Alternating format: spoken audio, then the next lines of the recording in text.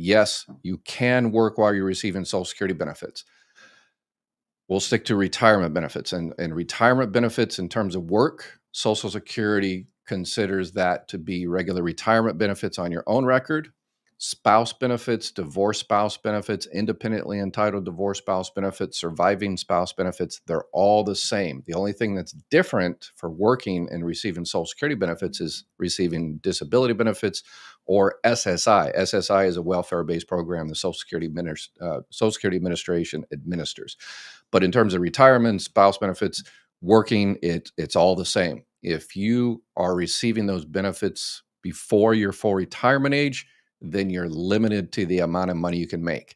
And again, you can go to my website there, mygovexpert.com, click on the retirement, and you've got the little working and benefits tab. And this one is working perfectly here, the little calculator. You can put in your date of birth, you can expect your earnings there, and it tells you what counts. So income that counts are wages, net income from business, your government benefits, including your Social Security benefits themselves, do not count. Investment income, pensions, IRAs, or anything like that, that does not count as income. So if you decide to go back to work early, remember, once you hit your full retirement age, work doesn't affect your benefits negatively at all. As I mentioned, it might just increase your benefits because you're paying more into Social Security. But when you're receiving benefits early, you're limited. This year, it's the $23,400. Anything that over that, Social Security holds back $1 for every $2 you go over. The year you hit your full retirement age, the limit is $62,160 in the months before you reach your full retirement age. And then it's before that, it's Social Security holds back $1 for every $3 you go over. Once you reach your full retirement age, you can make $1 billion a month, and it does not affect your Social Security benefits negatively at all. Okay, so there's the calculator there. There's some idea of the annual earnings limit, and here's the one that a lot of people miss. There's also a monthly earnings limit.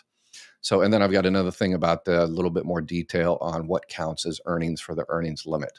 But in terms of monthly versus annual, so the first year you start receiving your Social Security retirement benefits, Social Security can switch to a monthly earnings limit. So let's say you want to start your benefits in July. And from January until June, let's exaggerate, you make $1 billion a month, right? Social Security doesn't care. They don't care. They will ask you, and when you want to start your benefits in July, they will say, how much did you make this year? They said, you say $1 billion. They say, okay, well, don't care. How much are you going to make starting July? And you say, well, starting July, I'm going to stay under the monthly earnings limit. The monthly earnings limit for this year is $1,950. And they'll say, okay, are you going to stay under $1,950 for the rest of the year? You say, yes. And then they'll start your benefits in July.